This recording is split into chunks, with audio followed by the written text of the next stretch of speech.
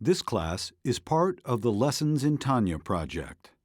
More classes available at lessonsintanya.com. Major funding for this Tanya class is provided by the Mettel Corporation. Additional funding is provided by Tanya students like you.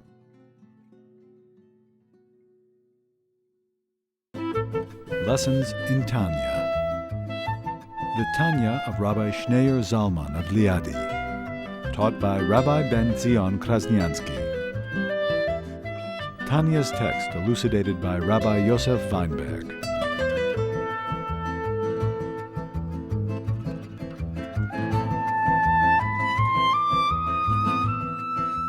Page 371. He started out the essay number 6 that King David used to sing the song of the Torah, and he would find it comforting when he faced all these challenges and tzaras and all these hardships. He was accused and attacked by his father-in-law and his son, and firstly his brothers. He had a tough life, difficult life, constantly persecuted. And the Torah gave him the strength. Torah was like a song, and he looked at the Torah as a song, because when he realized how precious the Torah is, the Torah makes life so meaningful. With the Torah, the whole entire Torah, the halakha, the revealed part of the Torah, teaches us how the tiniest detail, every detail matters and important. If you do it this way, you do something that way, you affect, you change, it's a mitzvah, it's not a mitzvah, you affect the whole world. Every movement of your life is so meaningful and special and precious. So what the Torah offers you versus what the world offers you. So if a person has tzaras and has difficulties of this world, he's deprived of certain things in this world, but instead he has the Torah. So what does the world offer you? The world doesn't offer you much. So everything in the world is meaningless in comparison to the Torah, where every movement of yours is like the center of the universe, and it's so meaningful and pregnant with meaning. This was like poetry to the King David.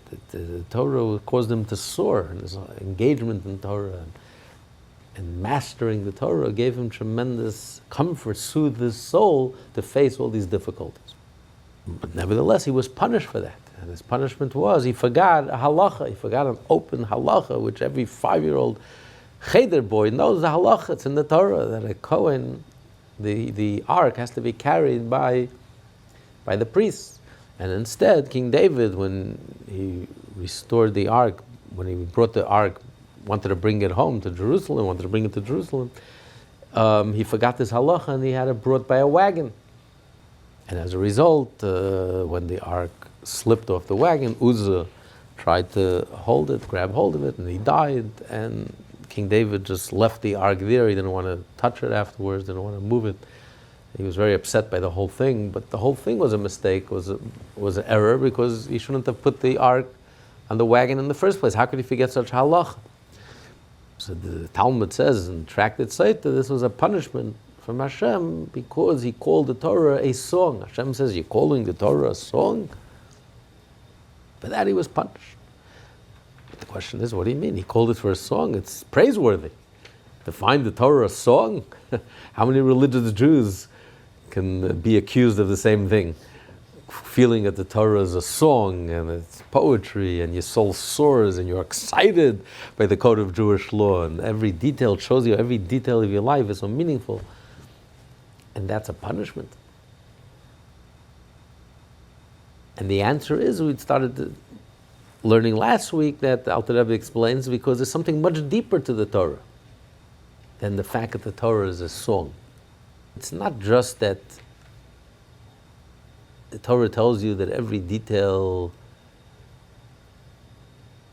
everything that you do makes a difference. If you do the mitzvah precisely and correctly, then it's a mitzvah, and if not, it's not a mitzvah. And if you do the mitzvah, you're able to draw down all these tremendous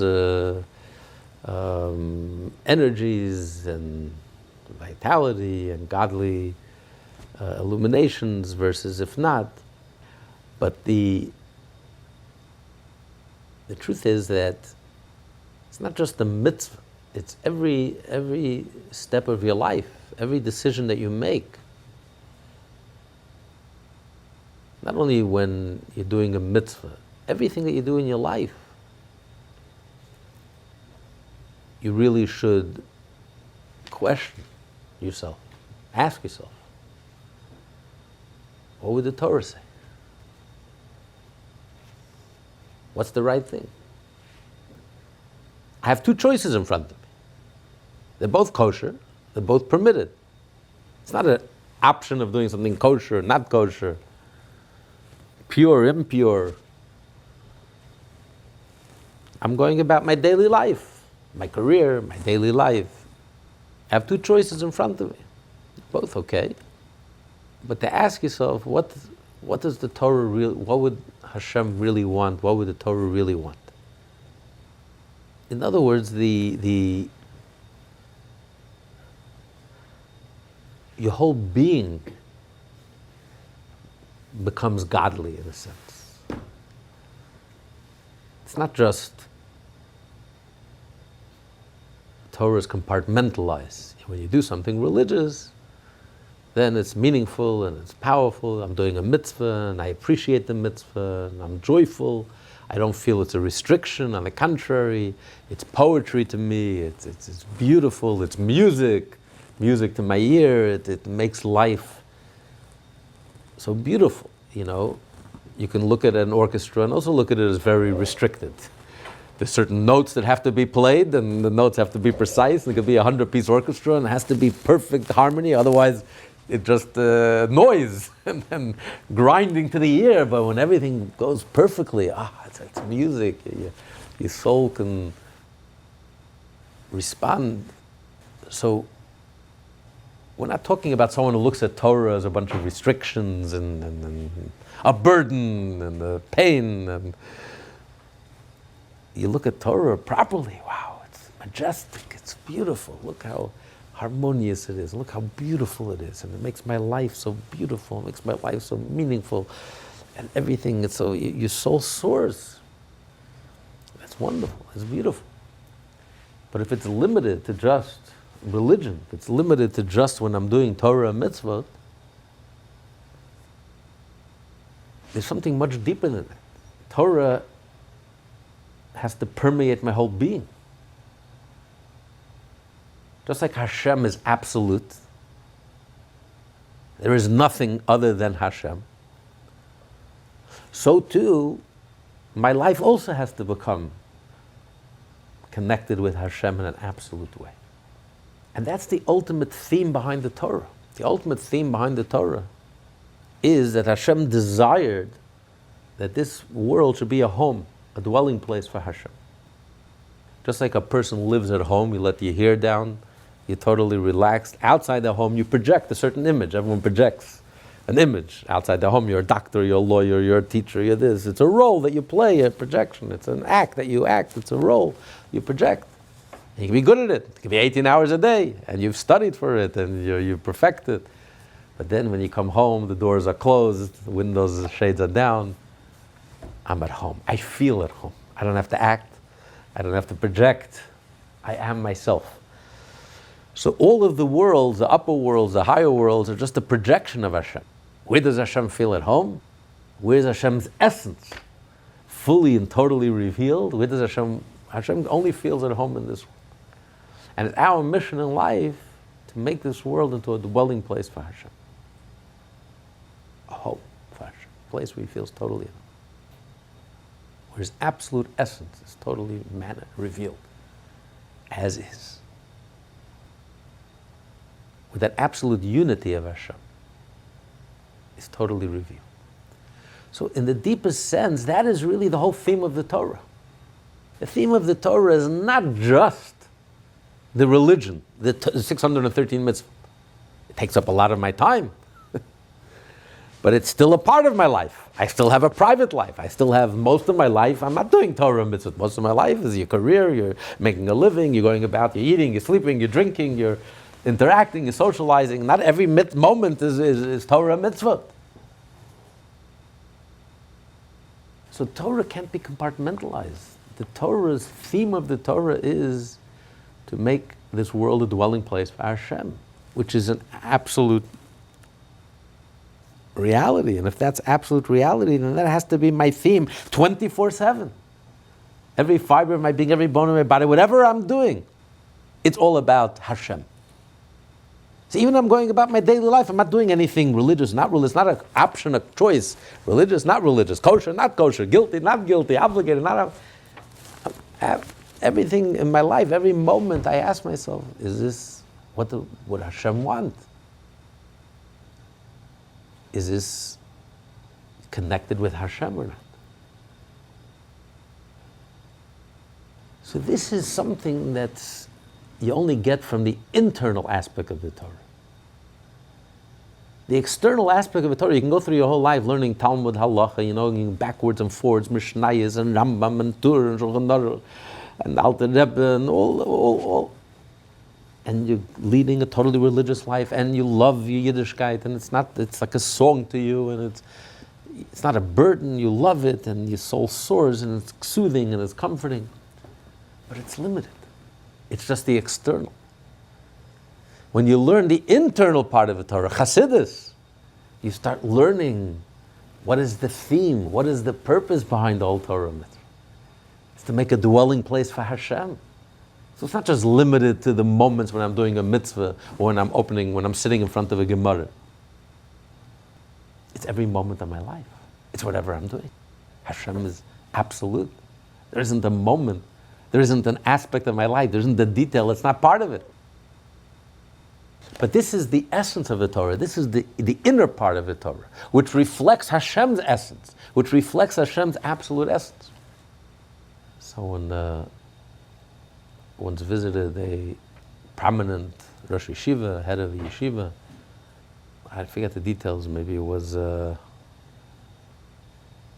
someone from the Lithuanian world, and he was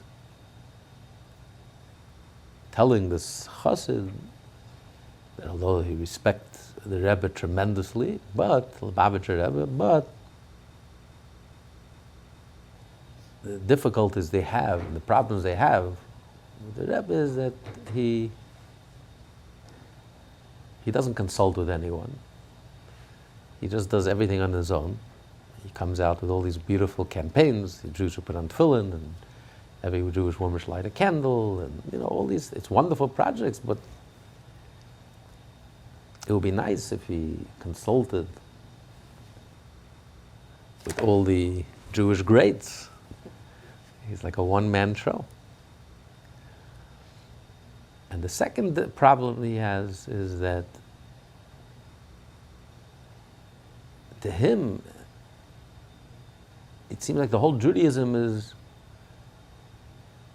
a statement that's found in the Midrash, that Hashem desired, he wanted a dwelling place in this world.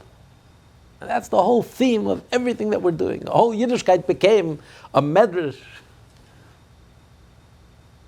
So when this Lubavitcher Chassid reported back to the Rebbe responded that the point number 2 answers point number 1.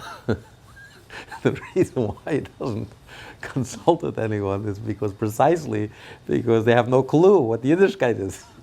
The whole theme and the whole essence of Yiddishkeit, if it's about Hashem, is about Hashem. And it's about Hashem, absolute essence of Hashem. There is nothing else besides Hashem. So when Yiddishkeit, even the level where Yiddishkeit is a song and you love the music of Yiddishkeit and the beauty of Yiddishkeit and you're into it, but you're missing the point. If you're missing the point, if you're missing the essence, you're missing what it's all about.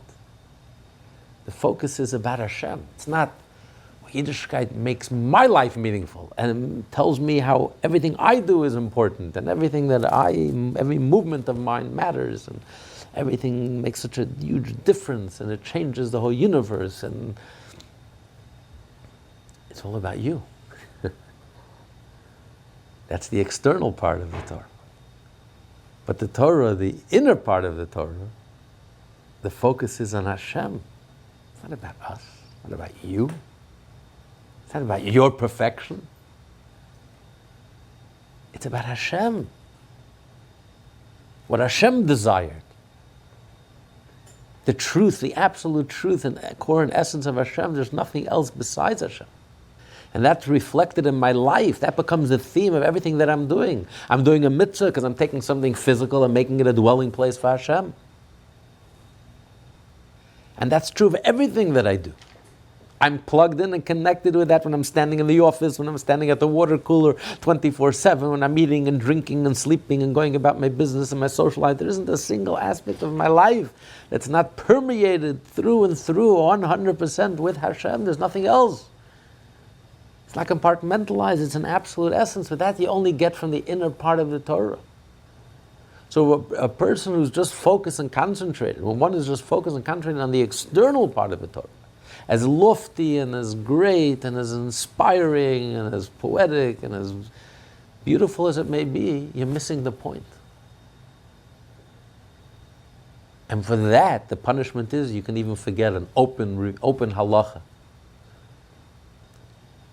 And we're going to learn now why this halacha, why the punishment was that David forgot specifically this halacha. It could be any halacha. What's the connection that he forgot this halacha, that you have to carry the ark, and instead he put the ark on the wagon? Because this is connected to why he was punished, to the theme of why it's important to focus on the inner and not just focus on the outer, no matter how lofty and beautiful the outer is. Torah is beautiful. Halacha is beautiful. Shulchan Aruch is beautiful. What an inspiring way of life. What an inspiring message. It's like an orchestra. You can hear the music. It's every detail matters, and everything in your life matters, and you matter, and you make such a difference, a huge difference.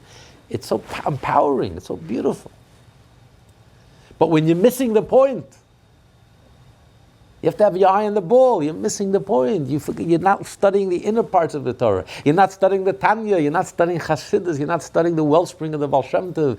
We're 200 years after the Baal Shem Tov, and when a Jew is so clueless and spends all day and every day only studying the revealed part of the Torah, the external part of the Torah, and not studying the inner parts of the Torah, the crown jewels of the Torah, which are connected with Hashem's inner essence and reveals Hashem's inner essence,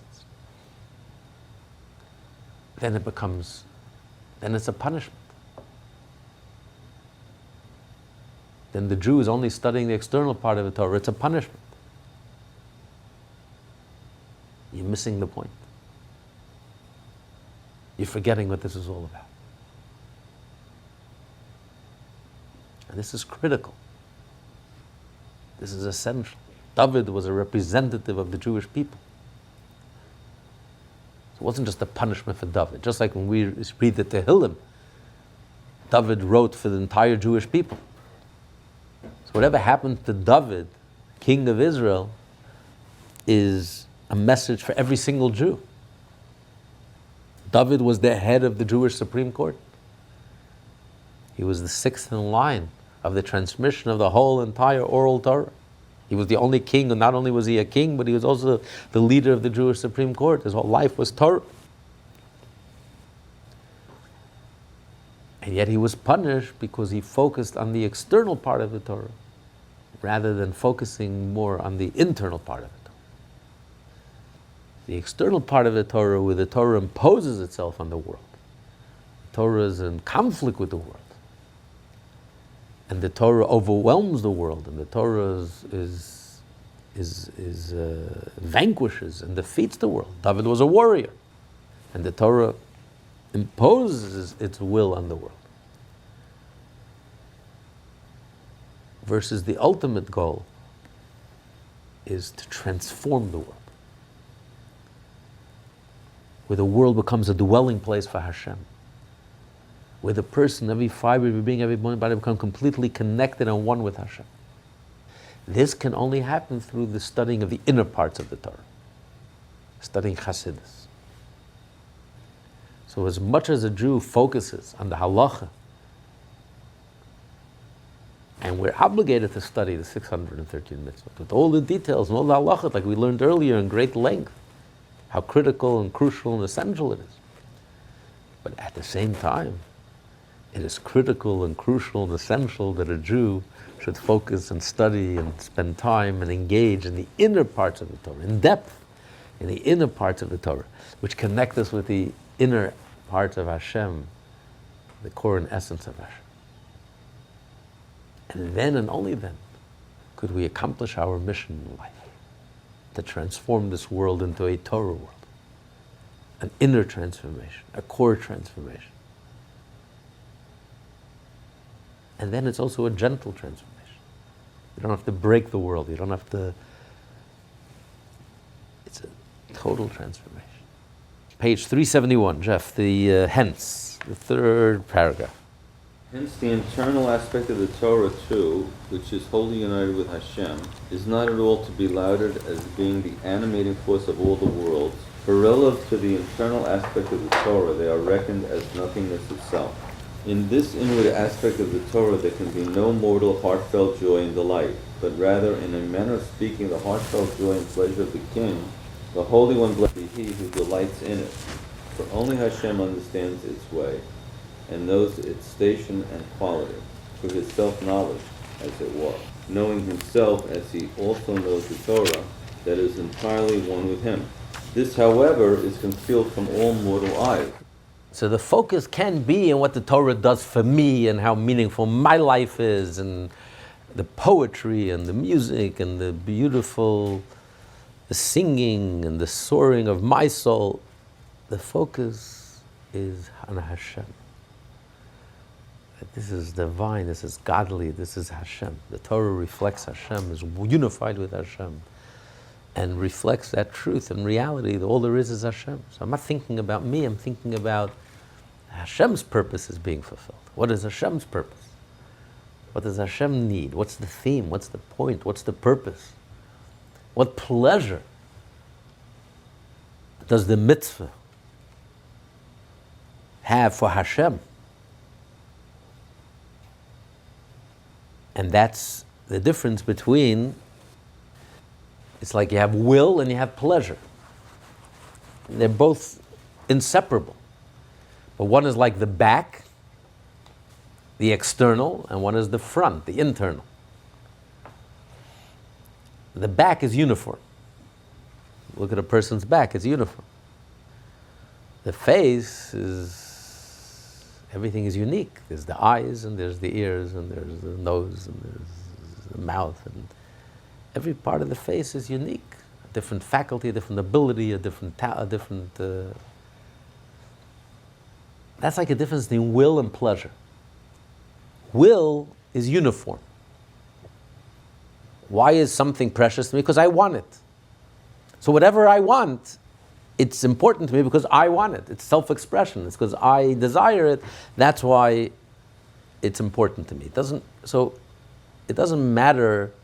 The object that I desire is not important. What's important is that I want this. And because I want it, that's why it's important to me.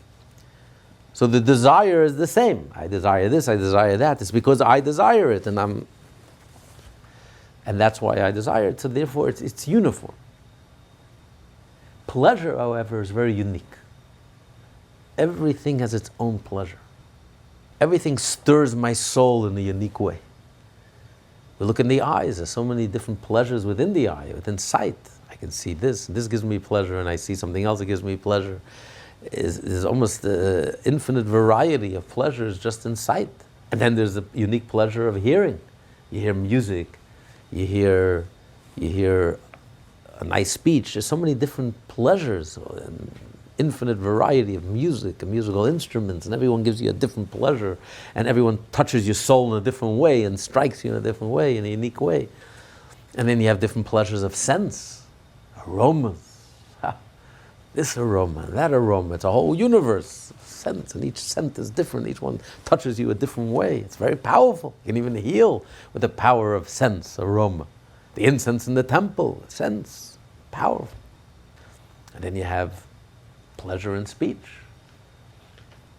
speaking, and And then you have so many different pleasures, the pleasures of understanding and the pleasures of emotional pleasures, of doing an act of kindness, the pleasures of love. It's almost an infinite variety, but each one is unique, each one is different. It's like the face, it's differentiated. Each one stirs your soul in a different way and gives you a unique pleasure. So too in the mitzvot, you have the will of Hashem.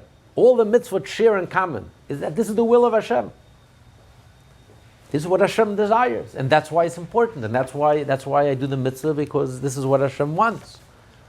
And every detail matters, because it has to be precise. If I don't do the mitzvah precisely, I haven't done what Hashem wanted. Will has to be 100%, not 99.9%. Either I did what you wanted, I didn't do what you wanted. It has to be 100% exactly what I want. If it's not 100% exactly what I want, I have nothing. I didn't do what you wanted. So in this sense, it's uniform. All 613 mitzvot are the same. It's a song. Of course it's a song, and it's beautiful, just like a song. You can sing the same song over and over and over again, 1,000 times. And it'll give you the same pleasure the 1,000th time you sing it, like the first time you sing it. Because you're experiencing it. Every time you sing a song, you're re-experiencing it. So what difference does it make if Hashem wants this mitzvah, he wants that mitzvah, whatever Hashem wants, it's a song. David HaMelech says it's like a song. I can sing it 613 times. It's the same song, but each time I sing it, it gives me, my soul soars, and it gives me tremendous strength. I experience. I'm connecting with Hashem's will. But then there's something much deeper, much more internal, which is only on the inside. Just like when most of our interactions with the outside world is really, all we are revealing is our external self. Most people spend most of their adult life earning a living. That's what they want to do. Obviously, you only do what you want to do. So this is what they want. And they go to university and they study and they master and then they become good at it. And that's what they do most of their life. And that's what they present to the world. This is who I am, this is my career, this is what I want to do, and this is what I'm doing. But really, all I'm seeing is just the external. It's just the external part of the picture. What motivates you? What's behind it? Why do you go to work? There's a pleasure. There's a point, there's a purpose that only you know. I can't tell what it is. Some people work hard because they enjoy the work. Some people work hard because they want to get the money. It doesn't end there. Why do you want the money? Well, I want the money because of things I can do with the money. I want to do things that I want. I love the vacation. At the end of the year, I can take a trip of a lifetime. Experiences I can get only because of the money. Some people want the money because it becomes a status for them. Some people want the money because it can give them power. Some people want the money because then they can leave a mark on the world. Whatever is going on inside of you, that internal pleasure that motivates your desire, what triggers your desire? Why do you have that will and that ambition and that desire, which you wake up every day and you go and you do what you do? It's only you know. That's not revealed. I have no idea. All I know is this is what you're doing, this is what you enjoy doing, this is what you like doing, this is what you want to do. And you're doing it. Why you want to do it, how it touches you and how it stirs your soul and how this triggers and your desire, that's something you experience internally. That's your pleasure. Pleasure is very internal. It's not revealed. It's something on the inside. And it's very differentiated. Everyone is different. It's unique. It's very deeply personal. So behind every mitzvah is Hashem wanted 613 mitzvahs. That's His desire. And the desire is the same in all the mitzvahs. But the pleasure, each mitzvah gives Hashem a unique pleasure. Each mitzvah stirs Hashem in a unique way. It's deeply personal, so to speak. That's something that only Hashem experiences. He shares with us His desire.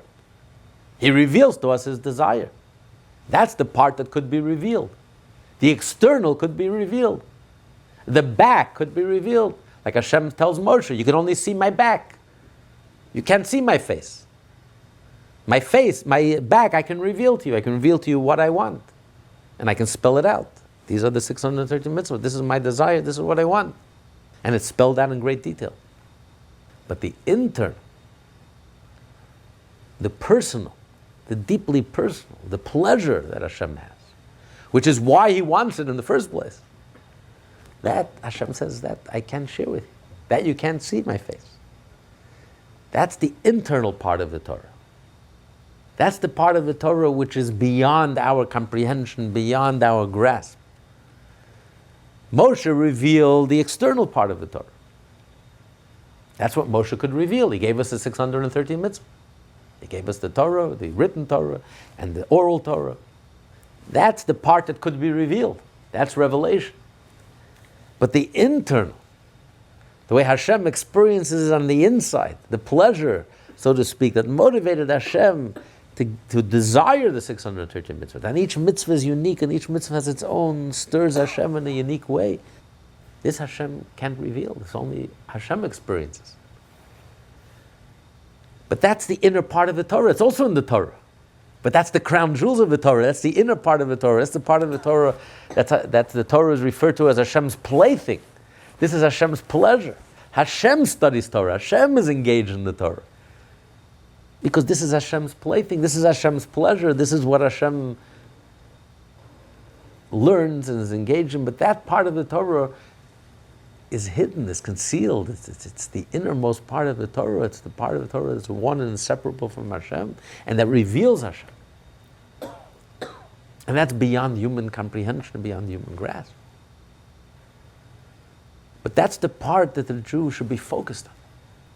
It's amazing, as we get closer to, we're a moment away, a second away from Mashiach actually coming, and Mashiach actually doing his job, and Mashiach actually gathering the 40 million Jews and rebuilding the third temple. We're seeing, and the world becoming a dwelling place for Hashem, we're seeing how all roads are leading to Jerusalem. What is the whole focus of science today? It's fascinating. For years, science was focused on the part of the universe that we can see. Anything you can't see, scientists denied. If I can't see it, I can't measure it. If I can't take it to the laboratory, if you can't experience it with the five senses, and it's not real. What is the whole focus of science today? Science has come into the realization. It's come to the realization that the whole known universe, everything that we can see and experience, the billions and trillions and zillions of stars and galaxies and everything, is 5% of the universe. 95% of the universe. Dark matter, dark energy, we don't know. Not only we don't know, we can't know. We don't even have the tools with which to know. And that is the whole fascination of science today. The whole focus of science today. All they're interested in, all they care about, all they're focusing in on dark matter, dark energy, the mystery of the universe, the part of the universe that we can't know. We don't know. So just like what he's saying here, you have the external part. The external is what's revealed. It's what we can see, the back, the will, halacha, the Talmud, the specifics, the mechanics, in all its detail, the orchestra, and all its intricate details, and its music, and it's beautiful. It's just the external. But the mystery of the Torah, the infinite part of the Torah, the part of the Torah that's ineffable, the part of the Torah that's undefined, that's infinite and undefined, that's undefinable, because this is the part of the Torah reflects the inner core and essence of Hashem. The part that's beyond us, the part that we cannot grasp. As Hashem tells Moshe, you cannot see my face. I cannot reveal that to you. That should be the focus. That's what Hashem expects. Don't take things on face value. Well, this is what Hashem revealed to me. This is what my mind can grasp. So I'm going to spend my energy, every ounce of my energy, 24/7, studying and mastering the halakha and the Talmud. This I understand. This I can grasp. This is the back of Hashem that I can make sense of. And it's enough for me. My soul is soaring and I'm in ecstasy and I love it and it's a song and I love being a religious Jew. Hashem says, no. Your focus should be on the part of the Torah that you cannot grasp, on the mystery, on the infinite part of the Torah, on the divine, on the godly, on Hashem.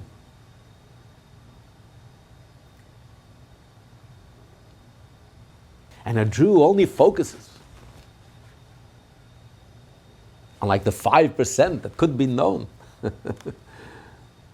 on the revealed part of the Torah, and doesn't have the time and the energy and the inclination or the urge or the compelling urge to focus on the inner parts of the Torah, and the crown jewels of the Torah, on the core and essence of the Torah, on the mystery and the divine and the infinite and the undefinable and Hashem,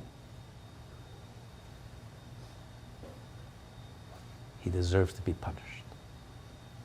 Not only isn't he pleasing Hashem, he's worried about the Garden of Eden. He thinks he's going to get a share in the Garden of Eden. He gets punished. Hashem says, you forgot about me. You forgot what this is all about. You're doing the mitzvah. You're a religious Jew. You're studying the 613 mitzvah and all its details. You're mastering the external, the will. But you forgot the main thing. You forgot about me. You forgot about Hashem. So you think you deserve to be rewarded. You're going to be punished. So Hashem expects the religious Jew, who is the master of the Torah, who is studying the Torah, and finds the Torah a song. A Jew is excited about his Yiddishkeit. And he loves studying Torah. And he finds the Torah soothing and comforting. And Hashem says, you're going to be punished. You missed the boat. You forgot what this is all about. You forgot about me. You forgot about Hashem. So especially today, when we're almost 300 years after the Baal Shem Tov, it's imperative that every Jew learn from King David. The Talmud is not just telling us this. The Torah is not just telling us this. That King David was punished. This is a teaching, a very essential teaching, a very powerful teaching. That because King David focused on the external,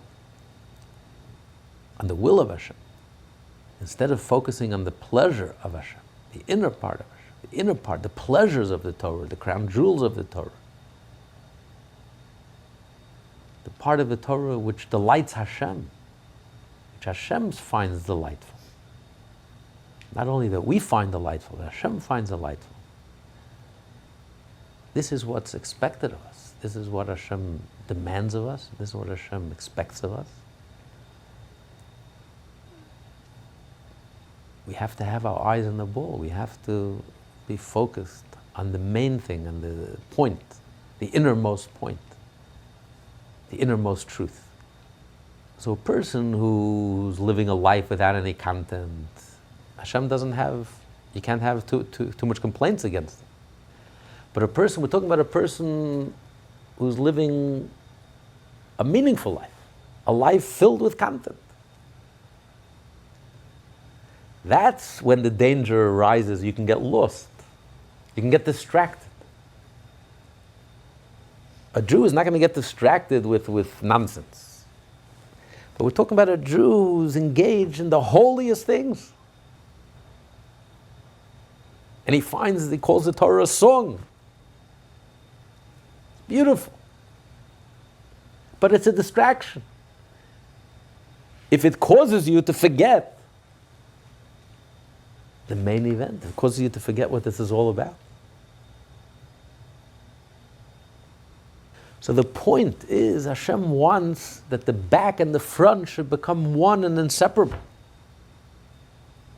A Jew has to be a tremendous Torah scholar, and a Jew is obligated to study all 613 mitzvot, and he has to master every part of the Torah and all the halachas. He has to be a scholar par excellence. Alter Rebbe himself, his name was Shnei Or, two lights in one name, because Alter Rebbe wrote the Code of Jewish Law, Shulchan Aruch Harav, and he wrote the Tanya. And this is what he expected of every Lubavitcher Chassid, to be a Torah scholar par excellence, a total master of Torah, of halacha, of Talmud, and simultaneously at the same time, he has to be a student of the Tanya, of the Pnimis HaTorah, of the inner parts of the Torah, the pleasure of the Torah, the deepest part of the Torah, the crown jewels of the Torah. And they have to become inseparable. And that's how we transform this world. That's how a Jew fulfills his mission of transforming the world and making this world into a Torah world, making ourselves into a dwelling place for Hashem, and making the world around us, all around us, into a dwelling place for Hashem, when there will be a core transformation, when the world will be completely transformed and become a godly place, a place where Hashem says, I feel totally at home, with the coming of Mashiach. And the temple, the building of the temple, will be a symptom of the fact that Hashem feels totally at home in this world. But it starts with us. And it starts through the Torah. And it starts when the Torah is unified, when we have the external part of the Torah together with the internal part of the Torah. They're inseparable. This is what Hashem is demanding of King David, the head of the Jewish Supreme Court, scholar par excellence. This is what Hashem demands, because it's the Torah that's going to change this world. So it's imperative that we study the inner parts of the Torah. It's not by accident this is placed at the end of towards the end of the Tanya. The urgency, how critical and essential it is to study the Tanya and Chassidus in general, and to study it, and to focus it. With the same pleasure that we study the external part of the Torah, with the same seriousness and the same depth and the same focus and concentration, we approach and we study the internal part of the Torah. This is not just studying a nice vertel, a nice pshat, a nice word, a nice inspiring aphorism, a nice saying, a nice story, a nice Hasidic tale. This is not a child's game. This is as serious as it gets. We're talking about the total study, and you study Chassidus as if your life depends on it. It's called Divrei Elokim Chayim, the words of the living God, with such a thirst and such a hunger and such a desire and such a need to connect and to plug into the inner parts of the Torah, which connects us with Hashem, with the inner core and essence of Hashem. As it is written, my face, that is the innermost dimension of the Torah, its communion, as implied by the word panim, shall not see, as is explained there in the name of the Arizal. Hence the verse in which the Torah itself speaketh delight unto him, specifically unto him. The order of the words in the original makes it clear that the Torah is God's delight alone. Likewise, in the following phrase, which describes the Torah as causing God delight by playing before him, the verse specifies the term in quotes, before him, lefanav, deriving from panim, the face, which is related to the panemiot, the inwardness. For this refers to the inwardness of the Torah that cavorts before the inwardness of the infinite. So the inner part of the Torah is something that's Hashem's plaything. It's something that's before Hashem. The external part of the Torah is here to help us perfect the world. The Torah is here to help us perfect ourselves. The Torah is here. The focus is on us. But the inner part of the Torah, the focus is what's Hashem's pleasure? What does Hashem want? What's the need? What's the theme of all of the mitzvot? It's because Hashem desired a dwelling place for himself. It's about Hashem, not about us. It's a whole different focus. This is Hashem's, the inner pleasure of the Torah. The revealed part of the Torah, the part that could be revealed, is Hashem revealed what he wants. I want you to do this, I want you to do this, all the mechanics, the details, that's the back, that's the external, that's the will. But what's the inside? What gives Hashem pleasure? Why did Hashem desire it? This is revealed in the inner part of the Torah. This only the Chassidus explains the purpose and why Hashem wants it. It reveals to us Hashem, what's happening, what's going on inside of Hashem himself, so to speak. And that's what Hashem wants us to focus. Hashem says, how could you just be focused on the external? You're doing everything right. It's wonderful, it's beautiful. You did exactly what I asked you to do. I asked, I spelled it out, and you're doing exactly what I asked you to do. But you're missing the whole point. You're not focused on Hashem. You're focused on wonderful things. But how could you separate the inner from the outer?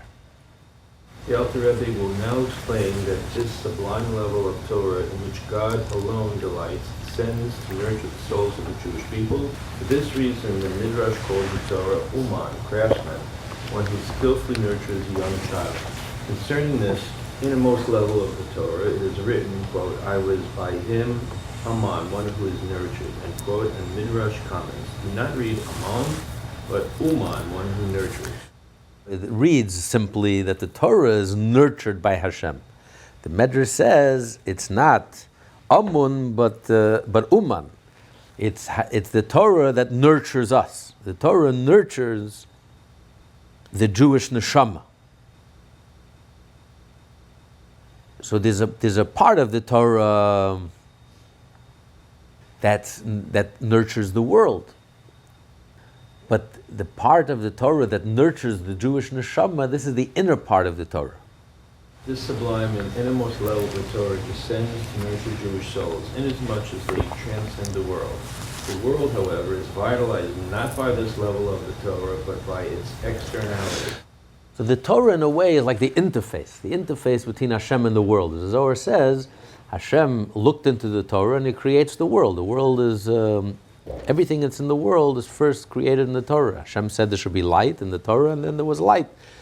So this is like the interface between Hashem and the world. But like any interface, it's made up of two parts. The interface, the intermediate, has something from the lower level and something from the higher level. That's why it's able to be an intermediate. So there's two parts of the Torah. There's a part of the Torah that's more relatable to the world. That's the external part of the Torah, the mitzvot, the technical, the mechanical, the details, the halacha. And then you have the higher part of the intermediate, the higher part of the Torah, the inner part of the Torah, which reflects Hashem himself. And so Hashem looks into the world and creates the world, and that's the external part of the Torah. And that's why everything that we do, whether we follow the halacha down to the detail, affects this world, affects whether there's going to be a drawing down of the divine energy into this world, because everything comes through the Torah, everything flows through the Torah, and therefore the tiniest detail and the smallest halacha in Torah could have a tremendous effect on the whole universe. And that's why King David was singing the song of the Torah. To him it was a song. When you realize how incredible the power of the Torah, how the slightest detail in the Torah affects the whole world and the whole universe. But on the other hand, there is the higher part of the Torah, the deeper part of the Torah, that reflects Hashem, which nourishes and nurtures the Jewish neshama, the Jew's relationship to Hashem, the Jew's marriage to Hashem, the Jew's connection to Hashem, where the world dissolves and it's all about Hashem and the Jewish people. So this comes from the internal part of the Torah. This is what nourishes and nurtures that relationship, that special relationship between the Jew and Hashem. So just like it's important for a Jew to focus and to study the external part of the Torah, it's as critical for a Jew to focus and to study and to spend time and in depth, to study the internal part of the Torah, which nourishes and nurtures our faith in Hashem and our neshama and our connection with Hashem, and that core connection. It is with reference to the hinder part, the external aspect of the Torah, that it is written. And in this verse, the Torah describes itself. Playing in the world, his land and my delights are with mortal men. It is the external aspect of the Torah that brings the light to the world and to man. So that part, the interactive, the interface to the world, and that it nourishes the world and nurtures the world, that's the external part of the Torah. For the Torah was given in states of both inwardness and externality, as it is written concerning the flying scroll of Zechariah, and it was written front and back. Panim, face or front, is the root of לפנימיות, inwardness. Ahor, back, is the root of ahorai. Hinder part, externality. So when he says front and back, it means the internal part and the external part. David seized upon and praised the hinder part of the Torah. A term such as songs relates to the merely external aspect of the Torah that relates to the world and animates it. He was punished with forgetfulness, which derives from an attitude of externality. A person does not forget things that are truly internalized within him, but only things which remain external to him. So the punishment was commensurate to the crime, so to speak, because he focused on the external, as great and as lofty as it is. He focused on the external, so that led him to forget. Forgetfulness comes from something external. You know, students cram before a test and they get A+. And the next day, what? They can't remember a thing. Because it was completely external. But if something is internal, you'll never forget it. If something touched you personally, if it's real, you'll never forget it. That's why, you know, you can study the Torah and you can study all the halachot. But what Chassidus does, Chassidus takes every halacha in the Torah and shows us how every halacha is personal. It could be a far-fetched halacha, something about purity and impurity that's not relevant in our day and age. And yet Chassidus makes that halacha come alive to us personally. It's about your life. This halacha is talking about your life. And it relates it to your life, what it means on a personal level. If you study Torah in such a way, where everything in the Torah is really talking about you and talking about your life, and it's personal, and it matters, and it's meaningful, it makes a difference, you would never forget that halach, because it comes alive to you in a very personal way. If you really believed in the divine providence, that everything that happens in your life is about divine providence, nothing is accidental. When you meet someone, there's an inner connection, and there's a divine message. And Hashem it's an instant message from Hashem. I was told by the younger generation that instant message is so old a generation. I don't know what the new thing is, or WhatsApp. It's a direct, what? I'm still in America Online, right? So it's if it's personal, if it's real, you would never forget it. When you experience something, you never forget it. If it's just knowledge, information, okay, you may remember it more or less, but then it's just, you can't remember. But if it's personal, if it touches your soul, if you care about it, it's personal, it's intimate, it's real, you'll never forget it. It's an experience you'll never forget. That's why we remember our youth, even people in the older age, when they start forgetting. And they can't remember anything that happened a moment ago, but they remember what happened as their childhood memories, they remember vividly. Because children experience everything. Children, they don't know what it means to be detached. Child, whatever they do 100%. They live it, they experience it, it's real. Those memories are seared into your being. Those memories will stays for a lifetime. You can't remove it. So when it's internal, you'll never forget. Where does forgetfulness come from? When it's external. It's cramming your head with a lot of information. Okay, so that information is irrelevant. It's nice information. It's brilliant information, but it's not relevant to my life, so you can forget it, easily forget it. But if something is personal and relevant and connected, if your life was on the line, you think you would forget it? You think any soldier that fought in the battle and his life was on the line, you think he'll ever forget those moments ever in his life? Those moments you'll remember forever. Anything that's a real experience. If you experience a real fear, a real love, something intense, something deep, something profound, powerful, experiential, you'll never forget that. Because it's real, you lived it. It's alive. It's not just external, mechanical information and knowledge. So when the Torah is external and mechanical and informational, yes, you can sing and it's a song, but it's external. You're focusing on the externals. So that's why you can forget. That was the punishment, that he forgot. Meaning that the whole thing was external. If it was internal, if you were focused on the internal, if you studied your Chassidus and studied your Tanya, you would never forget. It would leave such an impression on you. Every law in the Torah, it's not just a law. It's a life. It's life. Every fiber of your being, every bone in your body, it's alive. If every mitzvah in the Torah was alive, how could you forget such a law? You would never in a million years forget it. But it was just information. Another brilliant piece of information, which you studied and you mastered. But then when it came to real life, you forgot. It didn't leave an impression. Because it was the external, not the internal. So that explains why the punishment was that King David forgot. But why did he forget specifically this law of all laws? It's also connected to this statement. A person does not forget things that are truly internalized within him, but only things which remain external to him. He thus became momentarily oblivious to the verse concerning the ark. The sacred service is their duty. On the shoulder shall they carry it. In order to combine and unite the shoulders, which are akin to the hinder part, with the sacred service, the supernal wisdom, which is also called sacred, in a manner that reflects inward. The way they carried the ark was very interesting, in a very unique way. This was unique to the ark. You needed 4 Kohanim, priests, to carry the ark.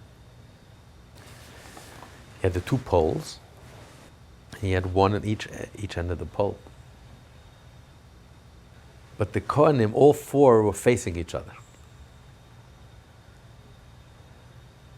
So 2 of the Kohanim were walking backwards, but they had to face the ark. Ordinarily, when you have 4 people carrying something, all 4 are facing in one direction. Here, the 2 were facing in opposite direction. They were facing each other, and they walked backwards because you can't turn your back to the ark.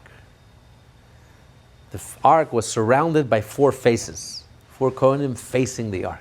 And it was very awkward. They walked, whatever direction they walked backwards, slowly, backwards. Awkward for the 2 faces. It's awkward because usually you don't carry like that. How do you carry when you carry? Yeah, the other carry wasn't awkward, but the 2 facing the direction, they were walking backwards. It's very awkward. The other things that they carried, the other vessels, they carried it normally. Here, they had to carry it. They had to face the ark. Because the ark represents the face. The ark represents the tablets, the Torah. And not just the Torah, the written Torah, the etched Torah. It's etched into the tablets. The Chachma, which is all face. There's nothing external. As he's going to say, he quotes the Jerusalem Talmud, and it says in Ethics of Our Fathers, this is one of the things Hashem created at the end of Friday, the miracle of the writing of the Luchot, which was an incredible miracle. Not only was it a circle, but no matter which direction, because both Luchot Hashem wrote. The first Luchot, Hashem also provided the stone. The second Luchot, he tells Moshe, you bring the stone, and I'll write. No matter which direction you looked at the Luchot, all 4 directions, it read the same way. There was no back. Usually when you write, you read it, there's a front. If you look at it from the other side, it's backwards. You're reading it backwards. Here, no matter which direction you faced, all 4 directions, it was the front. There was no back. It was absolutely no back. It was a miracle. It was an astonishing miracle. It's beyond human comprehension. How is it even possible? How do you have a writing, and they have the same writing the other way, and it's all front. No matter which direction you look at it, it's read the same way. It's all the front. It's not humanly possible. It's a miracle beyond human comprehension. This is one of the 10 things Hashem created, Ben Hashmoshes, the Friday right before Shabbos. It's a miracle beyond this world. So the luchot represents the front, represents the supernal wisdom, the highest level of supernal wisdom, where all there is the front. Because what does the supernal wisdom represent? As we learned earlier in the Tanya, the first part of the Tanya, in chapter 37, Alter Rebbe heard from his teacher, Chachma, wisdom, represents the absolute truth that there's nothing else besides Hashem. There is no ego, there is no I, there's no existence. All that is Hashem. That's what the wisdom represents. The wisdom senses that truth, that ultimate absolute truth, that there is no other reality but Hashem. Nothing exists besides Hashem. So all there is a front. There's nothing else. There's no back. There's nothing. There's only Hashem. No matter which direction you look at, no matter which angle you approach it, there's only one emes. That is the emes of Hashem. And that was reflected in the luchot, in the physical luchot, that physically, you looked at it, in whatever direction you looked at it, there was no back. It was all front. 4 fronts. The same thing you read from every single angle, no matter, just like emes. Whichever angle you look at it, it all comes to the same emes. What is the emes? Hashem. There's nothing else. There's nothing else. There's no back. There's no front. There's no 2 sides. All there is Hashem. There's nothing else.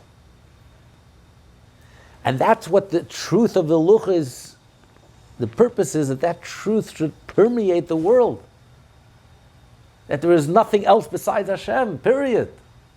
That's what it means. This world is a dwelling place for Hashem. Hashem's core and essence is totally revealed. There's the truth of Hashem. There's nothing else besides Hashem.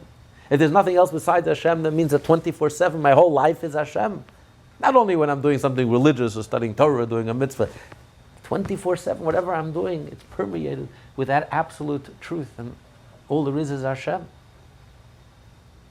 And what nourishes me and what nurtures me, it's the Torah. But the luchos, which is the essence of the Torah, which is etched by Hashem, written by Hashem, this is Matan Torah, this is the giving of the Torah, and the first luchos and the second luchos, this is what Hashem gave us, this is the core and essence of the whole Torah, the 10 Commandments included in it, the whole entire Torah.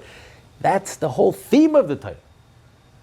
And it says if the Jewish people would not have sinned with the golden calf, there would never be any forgetfulness.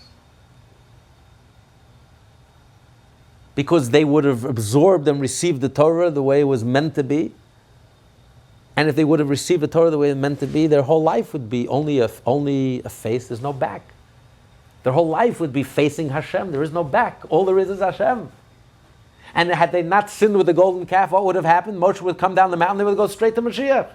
They would have gone into the Holy Land and built a temple and transformed the world. The world would have become a face of Hashem, a place, a dwelling place for Hashem. This is the theme of Torah. This is the whole purpose of Torah. This is what Hashem desired. This is what Hashem's pleasure. This is what Hashem wrote. This is what Hashem conveyed. This is the essence. And even when they sinned, Hashem gave them the second set of tablets. So yes, now we have the written Torah. But the luchot itself was the writing of Hashem, and had this miracle. The luchot itself, no matter which way, which angle you looked at it, it was only a face. So this is the core and essence of the Torah. This is what it's all about. This is reflected in the inner parts of the Torah, in the Tanya, and the Chassidus, and the wellspring of the Baal Shem Tov. This is the crown jewels of the Torah. This is what it's all about. So because King David focused on the external part of Torah, as lofty as it is, that's why he forgot. And what law did he forget? The law that you're not allowed to, that you have to carry the luchot, that there shouldn't be any back. It should only be a face. Because he didn't focus on that part of the Torah, the most important part, the essential part of the Torah, the inner part. So it's all connected. It's not just random. Because he called a song, I mean, again, just like anything else, just to prove the point. Without Chassidus, this whole story makes absolutely no sense. Why was he punished? He called the Torah a song. It's wonderful. A Jew considers the Torah a song. Wow. I wish for us the Torah would be a song. Halavai. Beautiful. And this is what comforted King David and soothed him. And even if he had to be punished, why was he punished? So he forgot. And he forgot the law about carrying the luchas, putting it on a wagon instead of carrying it, putting it on a wagon. What's the connection? It makes no sense. So you read the Talmud. Every student of the Talmud who studied the Talmud for thousands of years, it's a nice story. Here's what the Talmud says, we accept it and move on. Comes along Chassidus, the inner parts of the Torah, the crown jewel Torah, makes it come alive. It's all connected. You realize what's going on here? Hashem is telling us, this is what it's all about. This is the whole point. This is why Hashem gave us the luchos and was etched and carved. And this is the core and essence of Torah. There's only a face, because we have to focus on the face. There shouldn't be any divide, any division between the external and internal. You have to turn the back and everything should be turned into a face. The four were facing each other. You have to focus on the face. And the back should be aligned with the face. Not focused on the back and forget about the face, God forbid. And that's the only way we're going to fulfill our mission, our divine mission. That's the whole purpose of the back. That's the whole purpose of the written Torah and the oral Torah and the halacha and the external. The whole purpose is, the whole theme is to make this world a dwelling place for Hashem. It's all about Hashem. How are we going to do that if we're not studying Chassidus? How are we going to accomplish that goal if we're missing the whole point? It's crucial, critical, essential that we dive right in and start engaging in Chassidus with the whole seriousness and the depth of mind and the depth of being, just like we engage in the external part of the Torah. It's a serious focusing and studying and engaging and mastering. So we have to focus on the mystery of the Torah and the infinite of the Torah and the infinity of the Torah, the divine of the Torah, the innermost part of the Torah, the pleasure of the Torah, the part of the Torah where Hashem finds so pleasurable. For this state of inwardness is the source of the tablets in York, of which the verse states, written on both their sides, in quotes. And as explained in the Yerushalmi, Tractate Shekolim, the tablets did not have any front and back. They were entirely panim, signifying panimia, inwardness. The purpose of carrying the ark on the shoulders was thus to connect the external aspect of man with the inwardness of the Torah. Study that reference in the Yerushalmi well.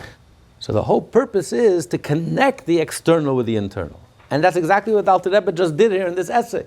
He took this story in the external part of the Torah, in Tractate Saita, which everyone read and learned and just, okay, moved on. A nice piece of information. What's the relevancy to my life? I have no idea. What's the connection? I have no idea. What's the meaning of it? I have no idea. And by connecting the external part of the Torah, the internal part of the Torah, suddenly, this comes alive. This passage, this story, this event, this episode suddenly becomes so critical, so relevant, so compelling, so powerful, so inspiring, so moving, personal. And we're never going to forget the story now. I bet you someone who just studied the Tractate Saita and read the story, if okay, maybe he'll remember, maybe he won't. But if you understand the inner, you understand what the Torah, the message of the Torah is telling you, the pleasure, the inner part of the Torah, the divine, the godly, the crown jewel, we're never going to forget the story ever in our lives, because now the story comes alive. With every exquisite detail, how connected it is, how real it is, the message, the point, what it's all about. So this is like a sample. Our Rebbe is giving us a sample to prove the point by taking the story and explaining it so exquisitely and so powerfully. This is true of everything in the Torah. Every halach in the Torah, every detail in the Torah, it's the inner part of the Torah that makes it come alive, that makes it the face. You have to combine the external with the internal. That's the whole point. That's what Hashem wanted. That's what Hashem desires. So a person can't say, listen, I'm studying Talmud, don't bother me. I'm studying halacha, I'm busy. I don't have time. Maybe once in a while I'll hear a nice Hasidic tale, a nice vertel, a nice drush, a nice, yeah, why not? It's a little icing on the cake. It's a nice touch. When my mind is fried and I don't have any energy to really study, I'll lie in bed and I'll read a nice Hasidic tale for a few minutes. We have to transform this world into a Torah world. We have to take the luchos, Hashem's original intent of making the whole world a face, combining the world, the external to the internal, making the world a dwelling place for Hashem. And that originates with the Jew, and originates with the Torah, and originates when the Jew is focused on the internal part of it, and combines the external with the internal. And all the Rebbes, almost all the Rebbes, discussed this and this point and elaborated on this point in great detail and great depth. Almost all the 7 Rebbes. Because it's so powerful, profound, and telling. And this is like the perfect example to prove the point of combining the external with the internal. Unification. Very powerful essay, and just to sum it up, the Alter Rebbe was explaining why King David was punished for referring to the Torah as a song. He was praising the Torah, he was singing the praises of the Torah. The Torah, he found the Torah so inspiring, and yet he was punished. Why would King David be punished for finding the Torah so inspiring? Most Jews don't find the Torah so inspiring. There's so many details and specifics and do's and don'ts and minushay, and we spend our whole life studying Torah, the rules, the laws, what you should do, what you shouldn't do, and there's so many variables, thank you, and there's so many details and specifics and mechanics, and you can get the poetry, you can get lost in the shuffle. You're so focused on the technicality and the mechanics and the minushay that you forget. And yet King David never lost sight of the poetry of the Torah. He didn't look at the Torah as a bunch of restrictions and rules and laws and don'ts, and it's crazy making, don't do this and don't do this, and 1,000 details, and if you do this, you do it right, and if not, you do it wrong. Instead, it inspired him. It caused his soul to soar. Because, it's like a 100-piece orchestra. You know how many details goes in to make that divine music? It has to be so precise, and the precision, everything has to be so perfectly in order to blend, and then you hear the music. So King David heard the music. When you keep Shabbos as exactly as it's spelled out in the Torah and the oral Torah, all the details, King David didn't see the burden and the restrictions and don't do this. He saw the music. He sang the praise of the Torah. That the Torah makes our life so meaningful. The Torah empowers us. The Torah tells us that every moment of your life is meaningful and real, and every action of yours, and every detail, and the slightest detail, and the slightest thing that you say, and even the thought and attitude, everything adds up, everything matters, everything makes a difference. The whole world is in balance, and it's all up to you. One good deed and you tip the scale, and if you do it right, it's a mitzvah, it's divine, it's godly. You create a powerful flow and an abundance of divine energy that flows into the universe, and vice versa. If you do it wrong, the whole universe is in balance. So what a way to live, what an empowering way to live. So when King David was faced with the many, many tsaras and problems and difficulties of this world, King David looked at the two. He says, what does this world offer me? Money, power, fame, indulgence. How does that compare to what the Torah offers me? The Torah is offering me a life where I matter and everything I do matters, and every thought, speech, and action, every day, every moment. How could you compare? So King David sang the songs of the Torah. It inspired him, it encouraged him, it gave him the strength to be able to withstand all these trials and tribulations. And yet King David was punished because Hashem said that the Torah, which is my plaything, which is my pleasure, so you sing the praise of the Torah, you refer to it as a song, and therefore he was punished. He forgot a law which every child knows. It's clearly in the Torah that you're not allowed to transport the ark with the wagons. You have to carry it. The Kohanim, in the desert it was the Leviim, but afterwards it was the priests who had to carry the ark. And King David forgot this law. So why was King David punished? He was singing the praise of the Torah. He found the Torah poetic. It inspired him. It gave him courage, strength, rejuvenated him. Halavai, we should all sing the song of the Torah and appreciate the Torah as much as King David did. And yet he was punished. And the answer is, in a nutshell, because there is the external part of the Torah and there is the internal part of the Torah. The external part of the Torah is the laws, the rules, the halakha, the Talmud, the Mishnah, the oral Torah, the mitzvot, as spelled out halachically.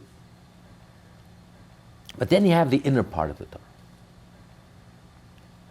Just like within a person, you have the will, which is the external, and then you have the pleasure, which is the internal, which motivates the will and drives the will.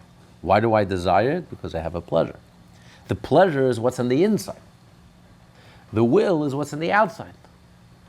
That's what we're able to see. I can see what a person wants. Most of our adult life, we are engaged in whatever careers, whatever we spend our life, whatever we committed our lives to. But that's just the external. That's what you want. But the internal, what gives you pleasure, that's something that only you know. What motivates you, what drives you, what are you looking for? What is this all about for you? Personally, that's very deep, intimate, it's very personal. That's your pleasure. That's not something that you share, and that's not something that I can tell from the outside. I can just tell what the pleasure brings. The pleasure motivates you to desire this, and this is your front, this is your face, this is what you're representing. This is how you represent yourself to the outside. But what's going on the inside, I don't know. So what King David was punished the reason he was punished, because you can have a Jew who's focused on the external. His whole life is focused on the will of Hashem. What does Hashem want from me? So his whole life he spends studying Torah, the written Torah, the oral Torah, the Mishnah, the Talmud, the Rambam, the Torah, the Shulchan Aruch, the Halakha, and all the minyash and all the details and all the mechanics. And he knows exactly what Hashem wants of me, what are the 613 mitzvahs, Hashem's wishes, his desires, that he expressly wished and desired for us to do. And he can master it. But if you ask that Jew, did you ever stop and think for a moment? What's the point? What is this all about? What does Hashem want in all of this? What does Hashem need? What does Hashem want? What is the point and purpose of mitzvah? So some Jews will tell you, it's none of my business. I'm doing what Hashem wants. Do I care? Do I lose sleep at night? Do I worry? What's the point? What's the kavanah? What's the tachlit? What's the purpose? What's the point? All that's important to me is what Hashem wants of me. Hashem is not shy. He expresses his wish. He says, he spells it out, tells me exactly what he wants, what he desires. It's spelled out in the code of Jewish law in great, great detail. And that's all that matters. And I'm mastering his will, and I know exactly what's expected of me. And I sing the praise, and I find Yiddishkeit, I don't find it restrictive. I sing its song, I hear the music, it's beautiful, I'm doing what Hashem wants of me. I'm studying Torah, I'm doing mitzvot. My life is wonderful. I'm happy. I'm fulfilled. I'm content. I don't have to go any deeper. I don't have to go any further. So Hashem says King David was punished. You only focused on the external part of the Torah? The internal part of the Torah you're not focused on? What the Torah means to Hashem? You don't stop and question, and it doesn't bother you, and you don't lose any sleep to ask, what is this all about? What does Hashem want with all of this? What's the point? What's the purpose of creation? Why did Hashem create the world? What is this all about? That's the inner part of the Torah. That's what we call the Pnimiyat Torah, the crown jewels of the Torah, which Hashem revealed what His purpose is. Hashem desired that there should be a dwelling place for Himself in this world. Hashem created mission impossible. He created a world which is dark and dense, a world which is not a vessel and a vehicle for any revelation. The stone of the universe, which is our world, the unmoving and unmovable that just exists, shows no sign of life. Spiritually speaking, our world is the stone of the universe, the lowest of the low, the most dense, concrete, material, tangible, physical. We don't see any sign of spirituality, any sign of godliness, any sign of life. The most egotistical, a world which is coarse and crass and arrogant and selfish and self-centered and self-absorbed. It's not even a vessel for any light, for any godliness, for any spirituality, any sensitivity. And Hashem desired that not only should there be a revelation in this world, in this context, in this setting, there should be the ultimate revelation. A revelation that's so intense that it cannot even be revealed in the upper world, in the heaven and the heaven of heavens. That Hashem's very core and essence should be revealed in this world. Hashem's core and essence cannot be revealed. It's beyond revelation. So let's get this straight. Hashem desired that His essence, which is beyond revelation, should be revealed, fully revealed, in a setting, in a context, in a world which is not a vessel for any revelation, let alone the ultimate revelation. It's mission impossible. And that's why He gave us a Torah, and that's why He gave us mitzvot, and that's why He chose the Jewish people to accomplish mission impossible. So a Jew says, for me it's enough to study Talmud all day. I don't have to study Tanya, I don't have to study Chassidus, I don't have to study the inner parts of the Torah. I'm very happy mastering the Talmud, I'm doing a mitzvah, I'm studying Talmud, I'm studying Torah 24/7, I'm mastering all the halakha. To me, Yiddishkeit is beautiful. I'm doing what Hashem wants of me. And that's fine, and that's enough. So the Torah says King David was punished. Hashem is upset. You're only focused on the external part of the Torah? You have zero interest in the internal part of the Torah? What the Torah means to Hashem personally? What this is all about for Hashem personally? What the point is? What is this all about? So you can't just go about your life and say, I'm a Torah scholar, I'm an observant Jew, and I'm doing what Hashem wants, and that's enough for me. I have zero interest, zero curiosity. I don't lose any sleep at night wondering and studying and trying to figure out, what does Hashem want? What's the point? What's the purpose? What's this all about? But it's only when you study Hasidus and you study the inner part of the Torah that question is first and foremost. What is the tachlis? What is the kavanah? What is the point? What is this all about? And Hashem shares with us and reveals to us what Yiddishkeit, what the Torah means to Hashem. Why Hashem is so much pleasure. What's Hashem's goal? What's the whole point and purpose of this whole existence and creation and the Jewish people and the giving of the Torah and the point and Mashiach and the temple.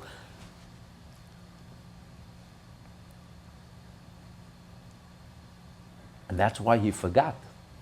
That was his punishment. Forgetfulness comes from something external. You don't forget something that's internal. When something touches you very deeply, you don't forget. When something is just external, if it's just rules, laws, mechanics, okay, you forget. I mean, a human being can't remember everything, so you forget.